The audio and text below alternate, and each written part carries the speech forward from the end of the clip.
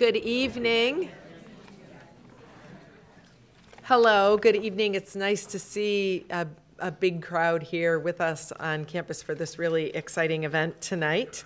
I'm Joni Mahoney, the president here at ESF, for those of you that I haven't had the opportunity to meet. And I want to thank you for joining us for the Dal Travis lecture featuring Aidan Ackerman. As we begin this evening's event, I'd like to acknowledge where we stand. We have the privilege of gathering today in the ancestral lands of the Onondaga Nation, the center of the Six Nations of the Haudenosaunee Confederacy, who we honor for their many contributions, including the original philosophy and practice of environmental stewardship. The Dal Travis Lecture Series was established in 2012 to help the greater community learn about the incredible work and research happening at ESF. Featuring the college's world-class faculty and renowned field experts, the lectures demonstrate how they push the boundaries of knowledge and research in their academic specialties. We are pleased to be joined tonight by the lecture's founders and our sponsors for this evening, Dal Travis and his wife Sigrid Freundorfer. Dal and Sigrid, would you be willing to rise and let us recognize you?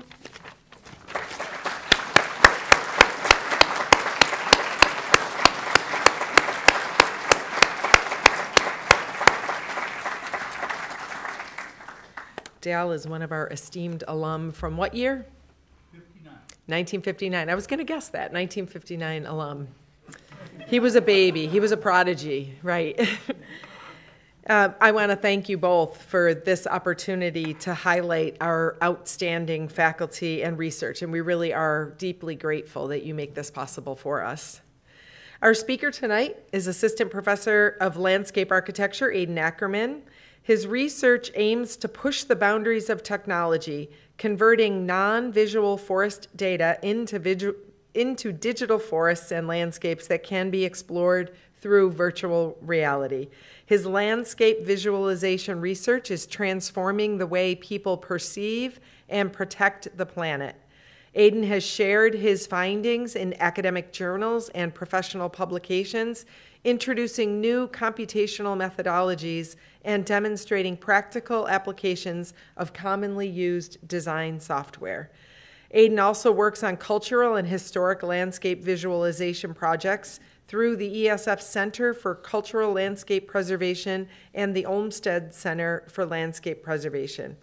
This involves working with graduate students on digital landscape graphics and simulations in collaboration with partners from the National Parks Service, landscape architecture firms, and other academic institutions.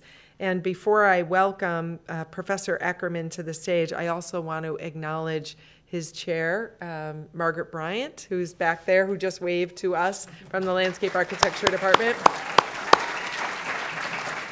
And thank Aidan's colleagues, the faculty. There's a lot of faculty here, George Curry and others from Landscape Architecture, and I understand a lot of your students are joining us. So I want to recognize and thank them, and then I will turn this over to the main event and welcome Aidan Ackerman to the stage.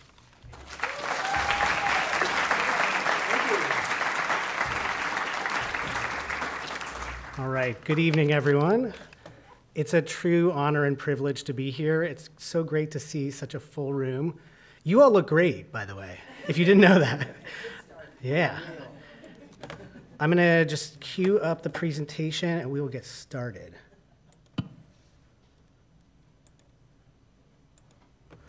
All right, so tonight I'm gonna talk to you about a lot of things. Virtual reality and virtual forests for sure, but the research and the students as well as the other faculty and the collaborators that have made this work possible. So as the posters and flyers said, this forest is not real. Very little of what I'll show you tonight is real, in fact. And part of what we'll talk about tonight is how virtual forests can help us improve our physical world, what they can do to help advance the things we care about. So questions like, can they help with decision-making about the landscape? Can they help us work together? Can this be a medium that brings different people with different interests together in a shared space? Can we learn from virtual forests, just like we might learn by going into the real forest?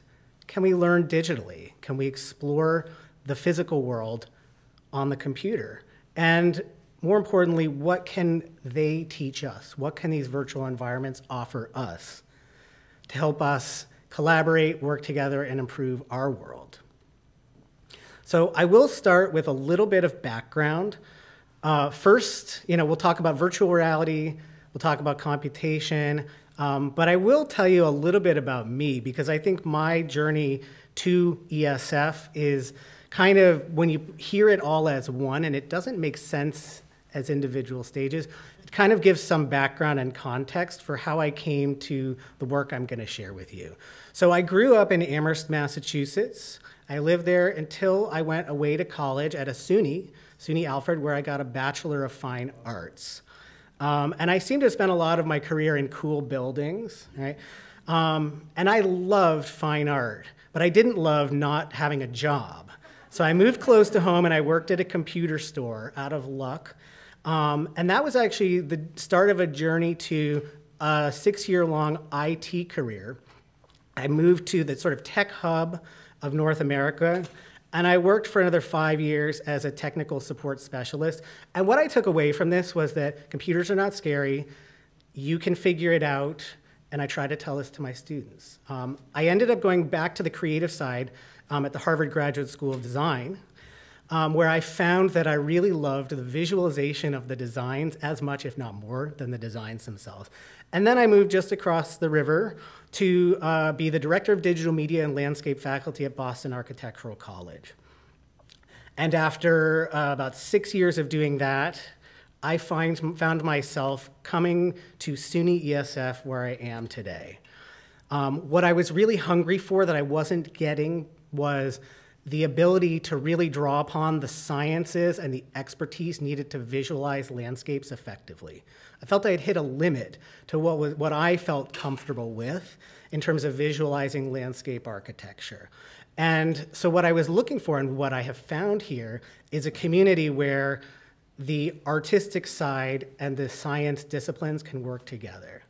So now I want to, with that background out of the way, now I want to give you some background on virtual reality. And get ready to be entertained, because this is an ABC News from 1991. Fly over Mars. Take a trek through a prehistoric jungle. Tour a house that has not yet been built.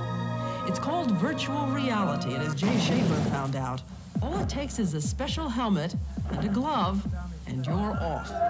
You're gone, John. You're history. It's a computer-generated world where you see and move and feel. Will real life ever be the same? From ABC News, with anchors Diane Sawyer in New York, Sam Donaldson in Washington, Chief Correspondent Chris Wallace, Judd Rose, Jay Schaedler, and Sylvia Chase. This is Prime Time. So here we are going into virtual space, and here I want to show you a little application where we've got a car engine. As with most VR systems, Waldron's uses stereoscopic images projected onto tiny screens inside the viewer's helmet. A powerful computer then generates the graphics and sounds needed to convince the viewer he's in another world. The illusion is completed when motion sensors in Waldron's glove and helmet allow him to begin interacting with whatever he sees. What kind of reality are our grandchildren going to accept? Is the natural world with real trees and real rivers going to be there? Or are we going to live in 800-story high-rises all plugged into our virtual realities in which we walk through artificial forests? This might be a turning point for the human race. We might be going inward towards an artificial experience. In case you're wondering about the virtual price tag for one of these systems, right now they run from about $50,000 to $200,000.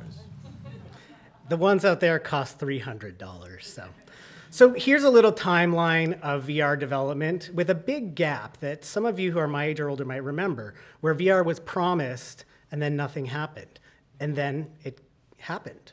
right? So in this gap here, some other things took its place, this sort of quest for immersive experiences. So we had things like caves that you could sort of virtually walk around in, but this promise that was shown on that ABC News did not actually come to fruition.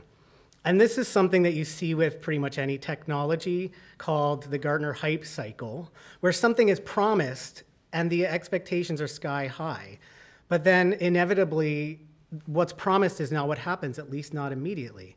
Right? And then ultimately, if a technology catches on in this slope of enlightenment, the actual use case starts to become clear. So I like to think that we are on that slope of enlightenment tonight and that we're on our way up.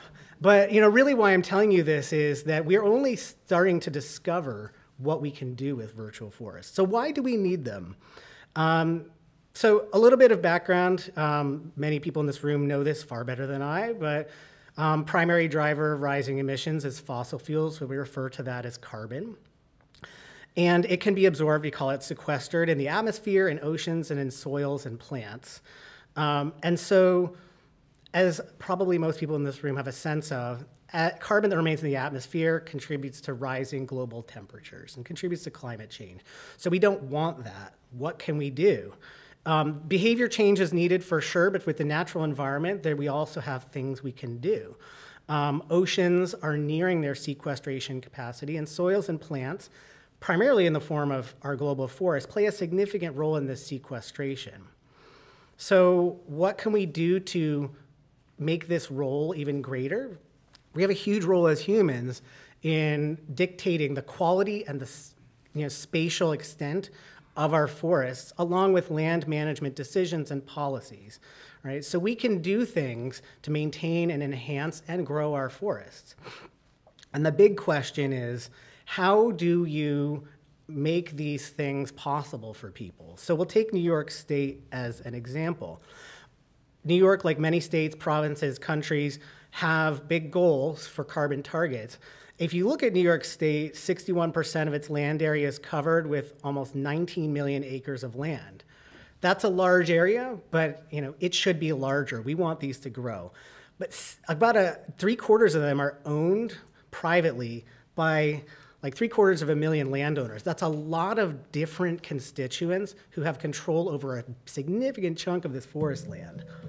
So something we'd like to do is use visualization to help convey messages about how these landowners can do things to make these forests healthier, bigger. We need to create behavior change, incentivize behavior change, incentivize policy change. And I believe this is where the virtual forest can come in. So many of the experts I work with are tremendously knowledgeable and skilled at understanding what we need to do from a scientific perspective, from a psychological perspective. And yet, that message doesn't always get through to the people who own the forests, govern the policies, and the virtual forest can kind of bring alive these potentials for them. So I also want to give a little background about just landscape representation and the idea of time, which is central to the virtual forest. One way to look at it is that landscapes mark time. The question of how do we use a visualization to show something that is temporal, something that is never the same from minute to minute or season to season or year to year. And so some of the student work that I'm showing, I think does a really cool job of actually trying to explore the temporal aspects of landscape architecture, whether it's in two-dimensional images or three-dimensional visualizations that show the subtleties of how the landscape can change over time. That might be in an hour, or it might be in a 50-year time span. One of these other projects took actual captured data that was monitored up at our Adirondack Forest properties as part of the Acid Rain project, and he input it into our virtual reality visualization software, and actually showed, used the change in the sort of cloudiness or fogginess of the atmosphere to reflect the changes in sulfate deposition, which are trending positively due to mitigation efforts. And the hard work of the people who have monitored this for decades can be visualized in just a minute in a way that a spreadsheet or a talking point might never do. You can actually see the air clear, and that's all data-driven. It's not just a hypothetical. And landscape visualization is incredibly powerful, right? People believe what they see, right? That's just like that term, seeing is believing. You know, the humans have this tremendous ability to interpret visual information, to absorb knowledge, and infer very subtle distinctions from graphics. There are people who spend their whole careers just studying differences in digital materials and how they register for the human eye, right? And visualizations have a demonstrated power to affect attention, alter interpretations, arouse emotions. I didn't want to pull anything from the internet, so I'm holding up one of my old student projects to show how crude some landscape visualizations can be in terms of the vegetation. Just a model of a tree that has nothing to do with its environment. Here is a more sophisticated visualization, but still created with sort of standard tree models, none of which actually reflect anything having to do with the behavior of this vegetation in its environment, though it can be very convincing. Something like this, you know, is not a photograph, but it loses that character and that subtlety of the vegetation. So what do we do when we know that there's convincing visualizations that are fake and not data-informed, or very sort of fake-looking visualizations, but that do not deceive us? So here I give you a quick demonstration of how I can quickly put together a very convincing forest scene that has no basis in reality. I'm literally just pasting, moving, and painting trees. And yet, because seeing is believing, you might think, as this starts to come alive in front of your eyes, that looks like a real place. That could really happen. That's how that tree is going to grow. And I teach this tool to my students because it's a very good tool for getting quick visualizations about an idea onto the computer.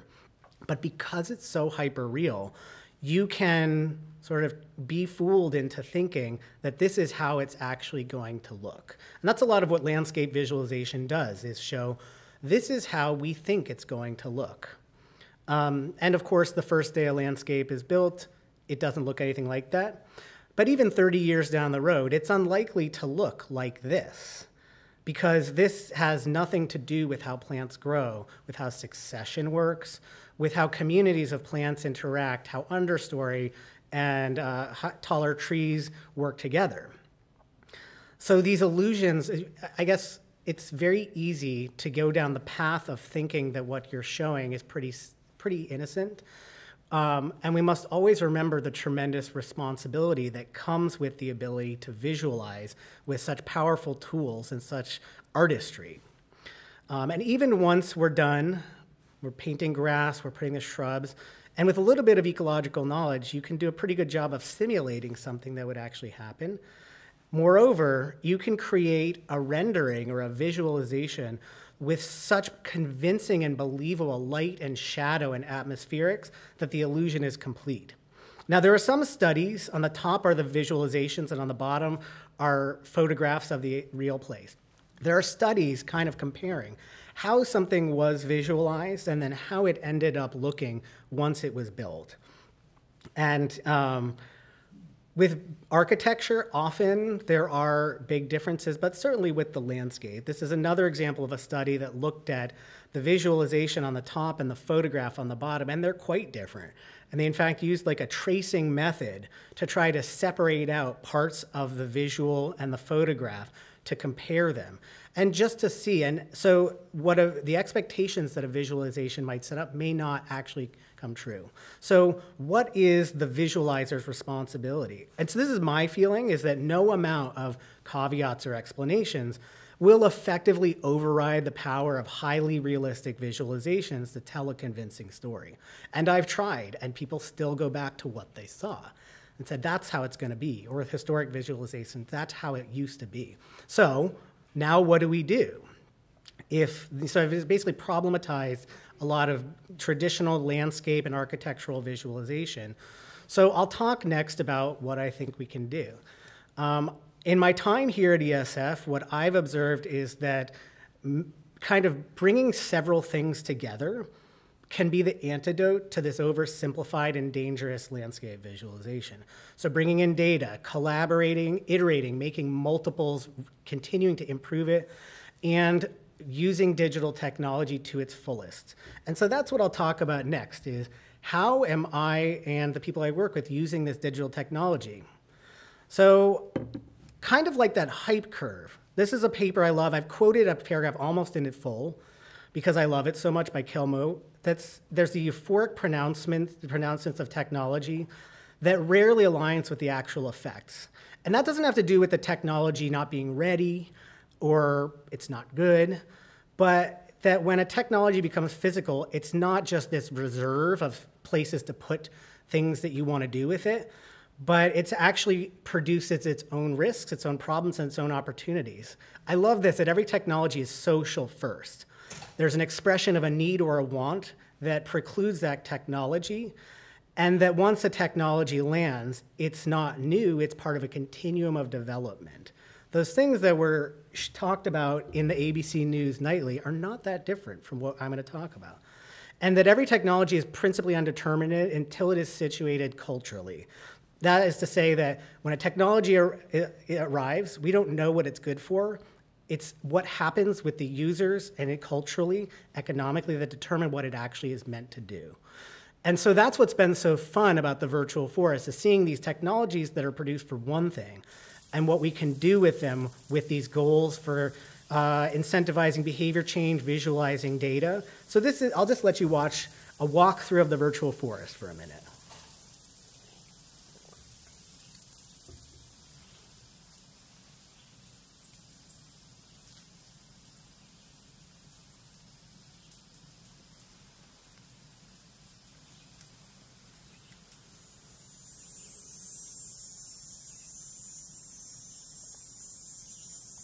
So later I'll tell you what we do with this and show you lots of projects, but first I want to walk you through at a high level what we use and how we do it. So we actually use video game engines for this. Their benefit is that they're real time, there's no waiting process, and there's all these cultural things like big quests and nature-based quests like this that are made with this software that mean that landscape architects and foresters get to basically start with a pretty good base of software technology, not meant for what we do, but we're adapting it. So it's something very complex like this, but sort of like a wireframe scene, can come alive at the push of a button. And this is all for video games, but lots of people are using this technology for other things besides gaming. So we also use something called photogrammetry, which I don't think I will ever understand how this works. Right? It's fascinating to me that you can take 50 or so photographs of something and software just magically creates a 3D model. I'll never understand it, but I can do it on my phone. And so we go out into the woods, or in this case for this demo in my backyard, and take 30, 40, 50 photographs of something, not in any particular way, but just as we move around it, and we get this. We get this 3D model that is perfectly constructed. And not only is it a perfectly constructed 3D model, but it maps all of those photos onto them seamlessly. And this takes just like 5 minutes. Not only that, but zooming in on it and exploring it, it has an unbelievable amount of detail. It has perfectly captured that object. And what we can easily do then is take that object and put it in our virtual forest. So we can take any exemplar of a tree, right, anything we find, and we can put it in a scene, and it is a full replica of the original thing, which means that we're no longer using those generic trees that I showed you, but we're actually able to bring in the most specific real-world data. Sometimes, though, we need to model our own trees, and we do this a lot in cultural landscape visualization and in forest visualization. There's a few different types of software that you can use to make these things. But what fascinates me about the whole idea of computationally growing anything is these branching patterns that sort of in a mysterious way persist throughout all scales of nature and all places on the earth. Right? They're not just limited to trees, but this sort of like mathematical harmony that we see iterated over and over again. And that's another one of those things that I'll never really understand. And I know that people who study these things often say, We don't know exactly why this pattern occurs, but we know how to recreate it. And I find that really fascinating. So if we can recreate it, we can use it to basically show other examples of it in our models. There's this great book I have that has basically deconstructed the math of how this branching works and has created algorithms for vegetation modeling. Now, I do not understand this. This is not my area. But what I'm lucky to say is that, you know, all of these papers that are written and all of this obsessive study, a whole career on just the bending angle of a particular type of plant and how to do that with software, is that I can use the software that's been created with that knowledge. So a simple example, two-dimensionally, is this thing called L-systems, right? This is that natural, harmonious branching system, the set of physical relationships that have been found in nature. And computationally, there's a piece of software I can use that lets me change the branching of this, right? Add more branches, add in variation if I want to.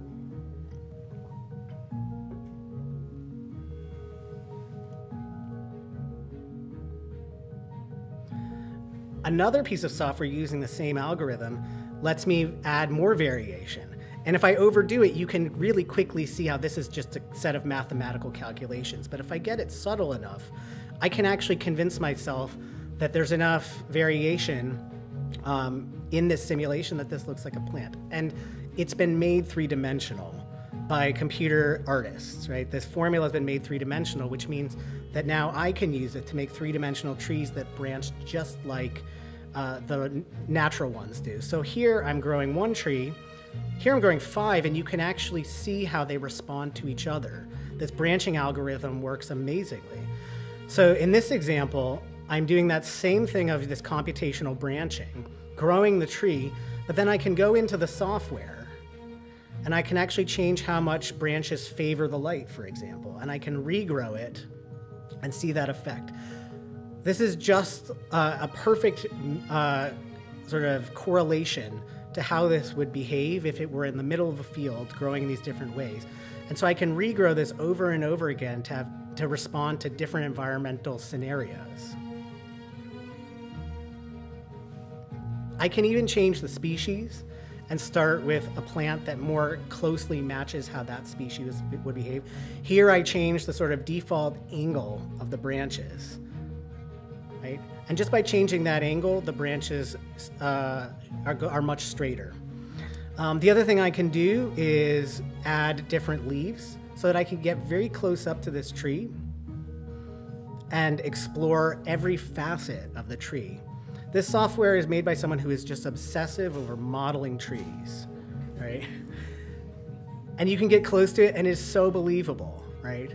And the dispersion of the leaves is pretty good, right? The branching is good, and I've been able to grow this over and over again according to different characteristics of light, branching, drooping, and gravity, and so forth.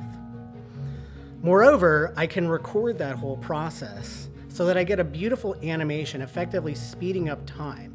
And I think with this, what if we said to someone, instead of hypothetically imagining the change to how you managed your forest in 30 years, let's show it to you right in front of your eyes. Let's try a few different approaches, put it into the software and grow it right there so that you can see how a behavior change or a management change might actually translate into a healthier tree or a healthier set of trees. We can also take these trees, and in this case, they're trees that are grown right in this digital environment, and we can place them into the gaming engine and actually bring them to life so that they're not standing on a white background. We can actually bring in the bark and the leaves that you would find in this case with the plane tree and create a totally immersive visualization so that those trees aren't just placed around, but they're actually growing the way they would on an urban street. So this is really fun, but it also needs to be checked. It needs to be validated to make sure that we're basically testing our work. So one way that I've found to do this is by taking point clouds captures of real street trees and comparing them against digital trees to see how they check out. So here we have the London plane tree.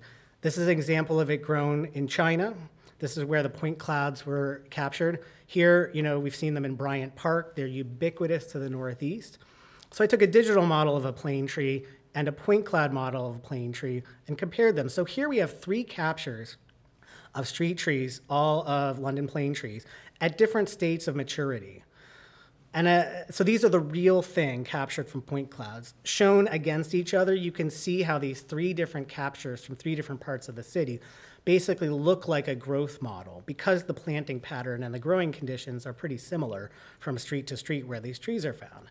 So I then took my tree growing software and I changed it. So I planted them the same way and then I iterated them, visually just comparing it against the point cloud and trying to adjust it until it got closer and closer. And this has actually been shown to be a fairly sound method because our eyes are so good at capturing these natural patterns and interpreting them. My visual check against the real thing actually serves as like a fairly good heuristic for a lot of the calculations that are made to match them better. Just our eyes can tell us this. As I got pretty close then, I said, okay, I'm fairly satisfied with this, right? On the top is the point cloud, on the bottom is my 3D model. Now let's do what foresters do, and we'll actually measure them the same way that foresters measure real trees.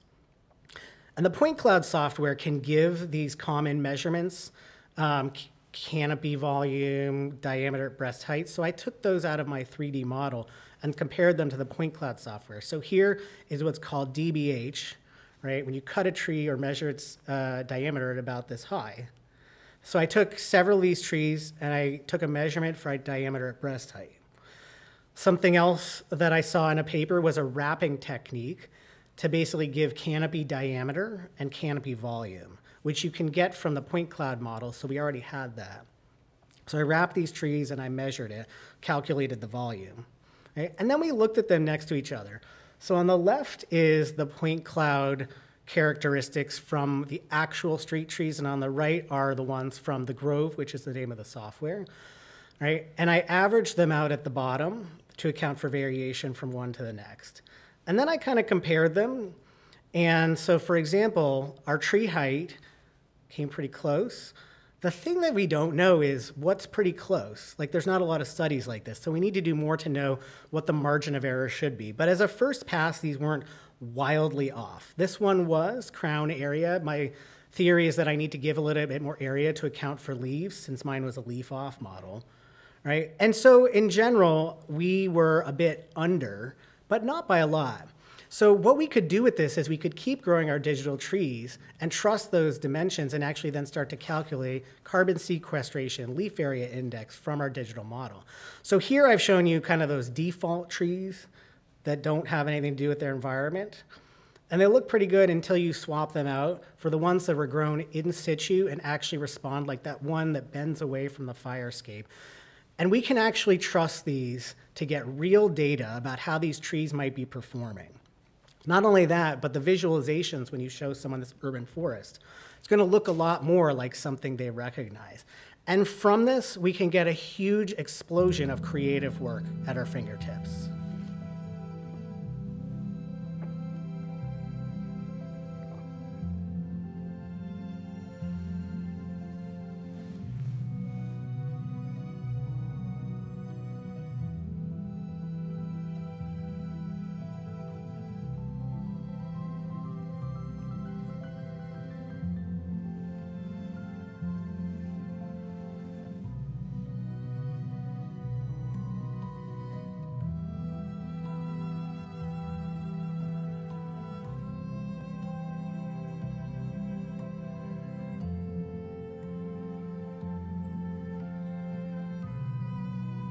We can even show conditions that aren't so good to start to paint a picture of what is needed.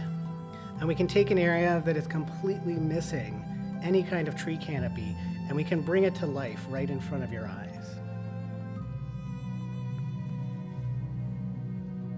It's one thing to talk about the power of something like the tree canopy to clean the air, to calm the emotions. But it's another thing to really see it and feel it. Right? And we can't do this in real life. We can't put a tree there and say, see how good this would be? But we can take an environment that really badly needs it and start to show what it would feel like if we were to intervene. And my belief is that this is really key to inspiring people to embrace forests and trees wherever they're needed.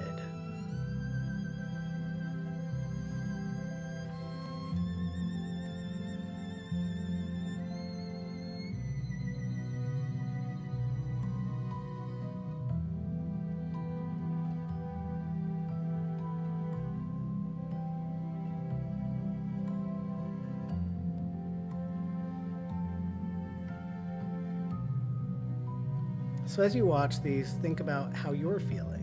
What's your reaction to these? Would they help you to make a decision or to connect with a potential?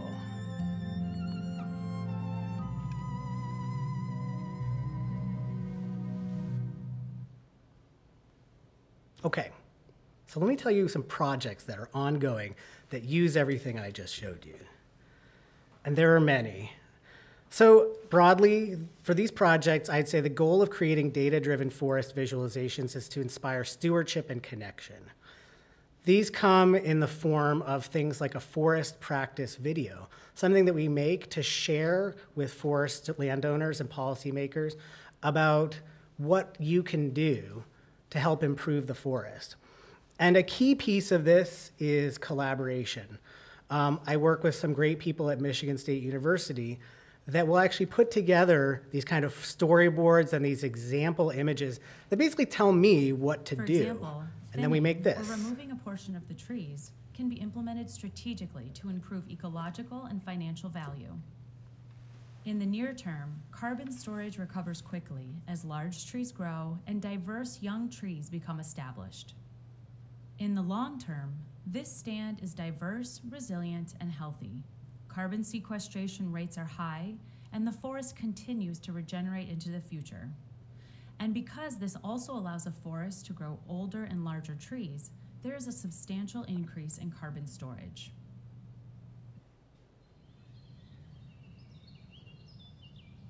However, exploitative logging practices can undermine long-term health, productivity, and climate benefits. In the case of high grading, the largest and most commercially valuable trees are removed from the stand. When a forest is high graded, high-value trees are harvested without considering long-term forest health.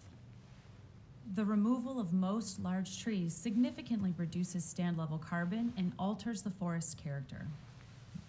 Soon, the forest and stored carbon begin to regenerate, but without good seed sources, the rate of recovery is slow, and the understory consists of many weak, diseased, poor form, and low-value trees. In the long term, this stand exhibits a degraded quality with low value, low productivity, and low carbon storage. These conditions last for decades and can be difficult to reverse. Another example of where we've done this, I say we because it's a big team, is collaborating with American Forest for an experience where we visualized the campus forest on the Mississippi River in Baton Rouge. And they're having a real problem with flooding and losing some of their historic trees. So we made a virtual reality experience where if you stepped into this red area, you would see the Mississippi River rise, and you would see what further destruction would happen. And this is kind of used to be like an experiential warning call or wake-up call to show what would happen to this priceless river's edge forest. Another example of some ongoing work is a community forest planting effort. And this is another collaboration where we there's a global portfolio of projects that we're doing visualization for. This is one example in Madrid where there's this one parcel of land near the forest that's pretty barren, and they've undergone a community replanting effort.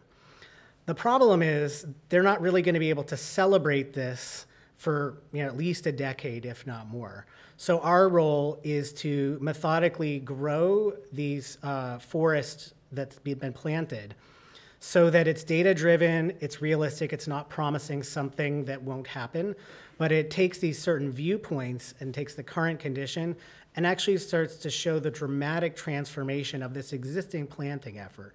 So this is one that's forward-looking, not necessarily to incite behavior change, but just to use visualizations as a way to discuss and use this project as an exemplar before it's actually fully grown in.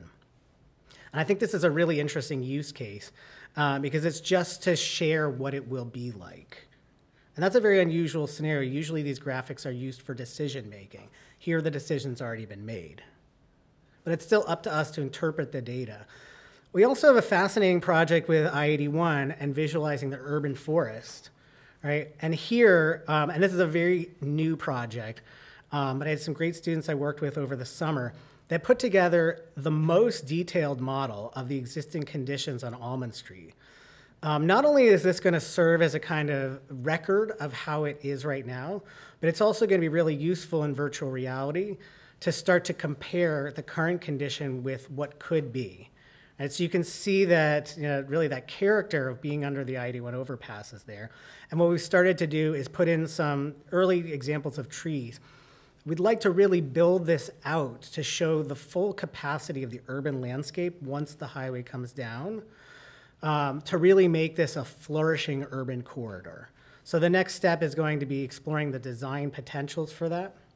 Even some experimental work. This has not got an actual project application, but fire is such a big issue right now that we started experimenting with algorithms for creating virtual fire.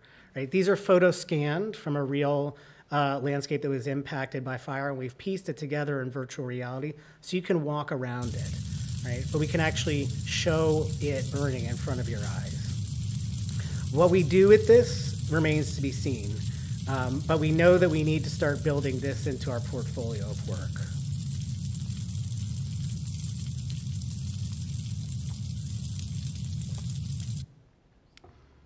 There's also some interesting applications. It's not a sort of a forest as you might think of it, but it still, I think, counts.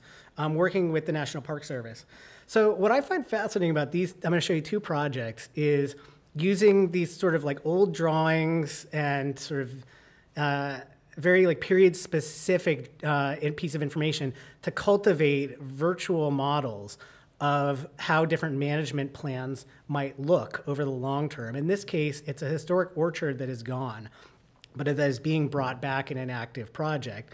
And we're really having a seat at the table with the people making management decisions, modeling how it might look according to certain scenarios. This is an example of showing stump locations that exist because they don't want to disturb the ground because it's a valuable and meaningful indigenous site.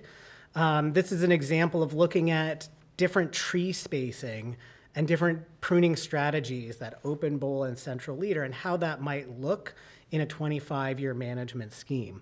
So and this is another question of mounding, all of this having to do with not wanting to disturb the ground, and trying to even show how that might look. These people are experts at what they do, but they still need to see it, and that's where we come in.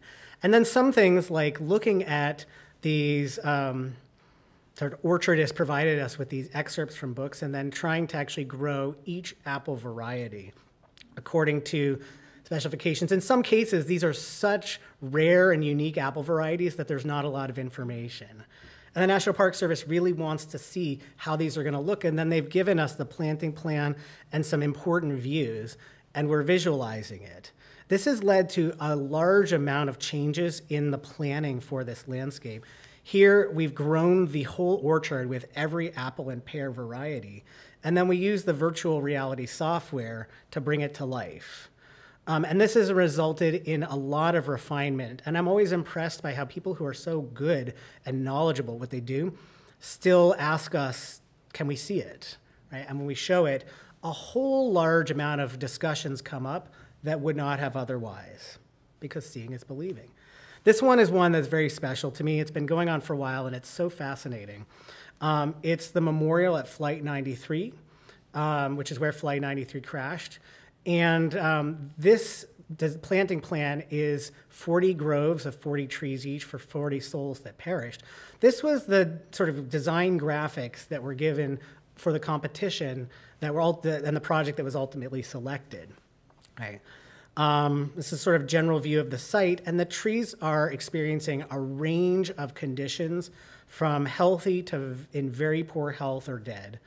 And what we are charged with is a few things, right? So this is actually like a part that's doing pretty good. This is over 10 years after. So we built a digital model of it. And then we've used that tree growing software to actually first grow trees to match the different health conditions that they're experiencing on the site.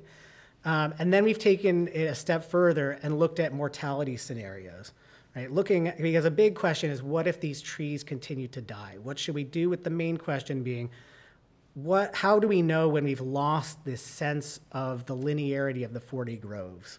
Right? So we did these different mortality percentages, and each time we removed a tree, we regrew the grove so that trees filled in the empty space, so that we could get a really good sense of how a certain percentage tree mortality would really start to fragment these groves.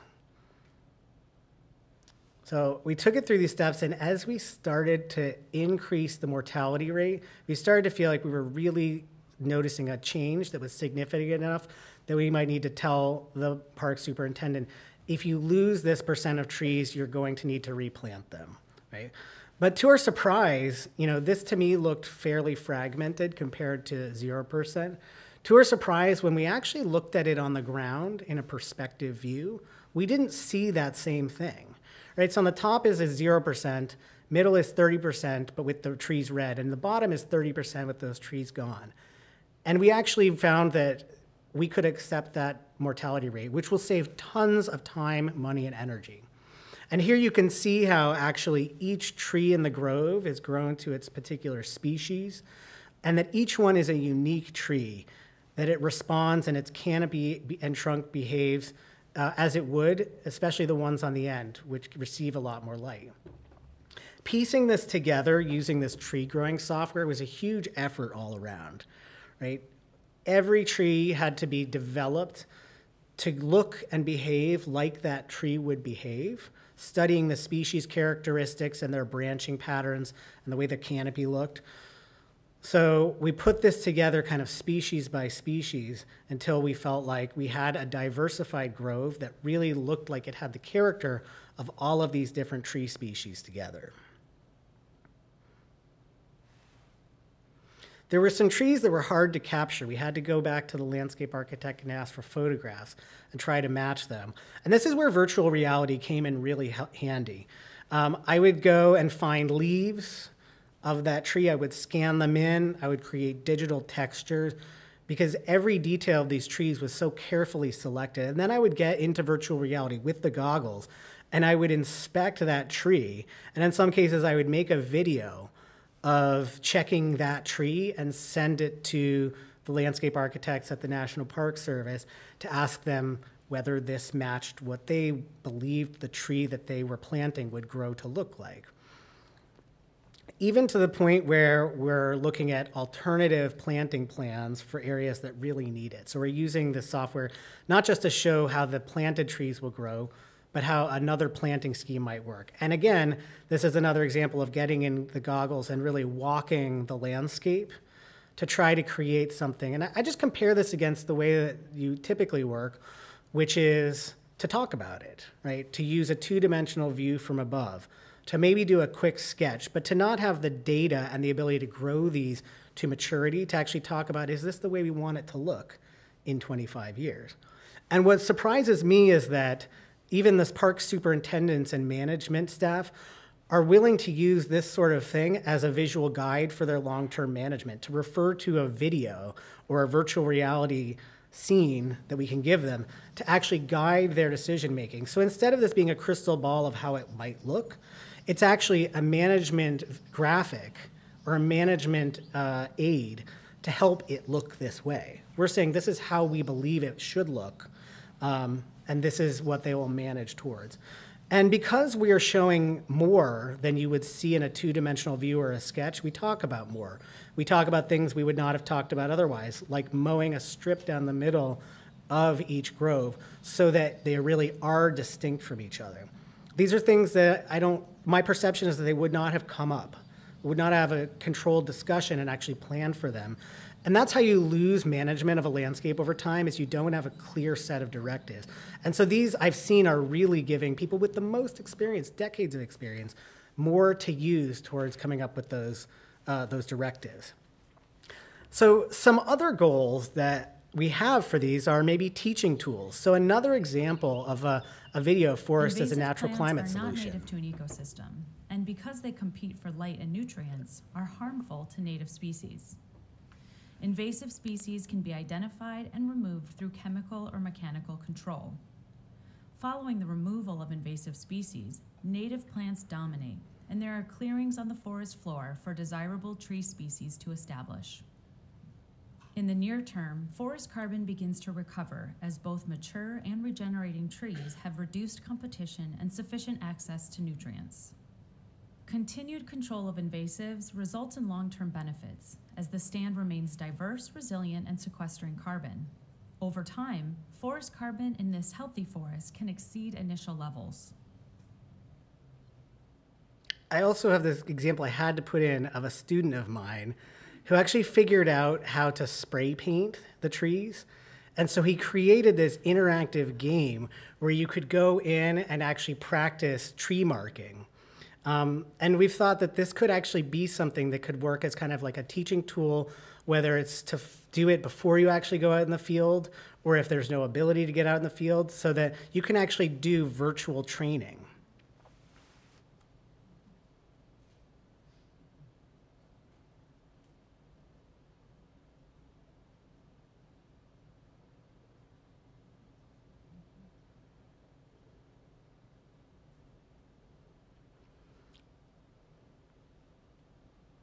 I've also realized that not everyone's going to put on goggles. So we're thinking about other ways that we can create immersive experiences, like a 360 panorama that you can do on your phone or you can do on a computer screen, kind of like Google Street View, because we're thinking of people who might live in very rural areas or not have the means or the interest to put on a virtual reality headset. So with the same environment that we use to create these virtual forests, we can also create this kind of panorama view, or even something where you might scroll on a web page and start to actually show the change in the forest over time. So in this case, showing beech overgrowth disease, just by scrolling. So breaking down some barriers. Also thinking about just like the next generation of foresters and how this might help us reach a broader audience, right? People really have fun in these virtual forests and they want to stay in them. And so there's some intangibles to promoting engaging with forests, not just by going out into the forest, but by also doing it anywhere, right? Putting on a virtual reality headset, and it's its own experience, right? I love these photos of everyone looking in like a different direction in VR, but everyone is completely immersed, right? And the people who are most fearless are little ones. They don't need any orientation, they just go for it, and they know what to do, right? And I had a line of like 50 kids, and they're fearless. They love it. But also it's a way to connect with nature. One of my favorite podcasts has this quote by the creator of this visualization software. I wasn't really that interested in the outdoors until I started using Vista and Vista Pro, so computer graphics kind of gave me an appreciation for nature. Now you're like, I want to go outside and see nature because that's my best reference to what my program needs to do. That's how I have started to feel about nature. I was not the person who aced their plant ID class. But I know so much more about plants through modeling them than I ever thought I would. So something like this experience of going in and, just like with that tree marking experience, maybe looking at something like a pruning tool, right? So here, there's something where you can actually, in this case, say I'm learning how to prune so I get one central leader of the tree. Something that is essential to know how to do with certain tree species. Not only can I prune them, but then I can see what happens next, right? I can see that central leader start to develop, and then I can go in and say, okay, well, what extra branches do I need to prune off now? And so I connect to this a lot. If you think back to the map of the idea of pursuing art, but then really finding a comfort level with technology and computers, and then studying landscape architecture, and then getting the privilege of a lifetime of getting to be, digital media and landscape faculty, and come here and work with some of the best scientists and designers. This software really speaks to me.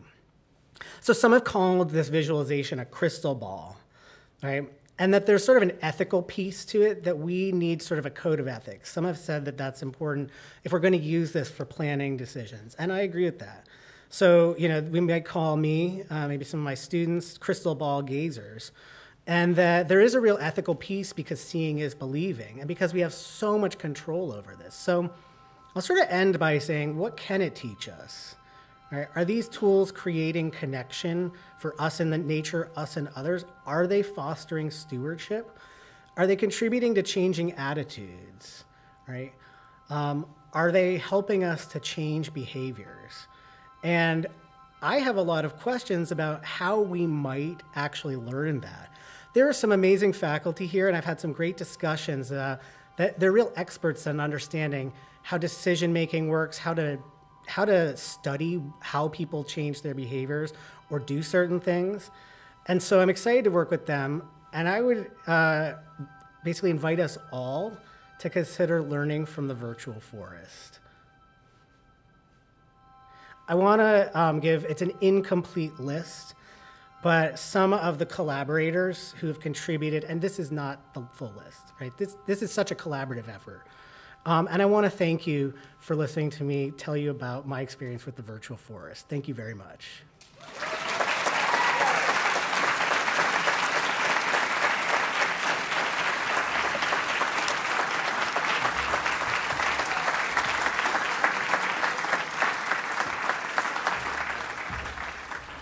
Wow, thank you very much, Professor Ackerman. That was fascinating, and I do see now how your path led you here to the perfect place at ESF, and we're happy you're here with us.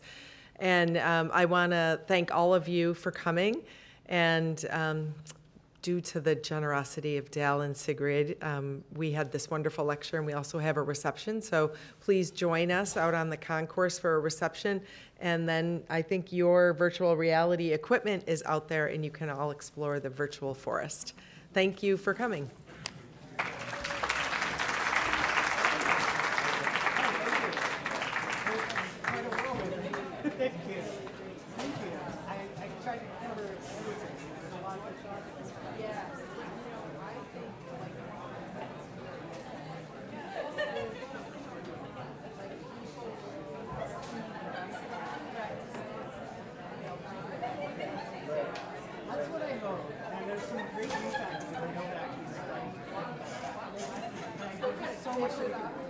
Yeah, we'll work together. No, I'm super excited about actually even studying how this might choose. I agree. Thank you so much. It's been a pleasure.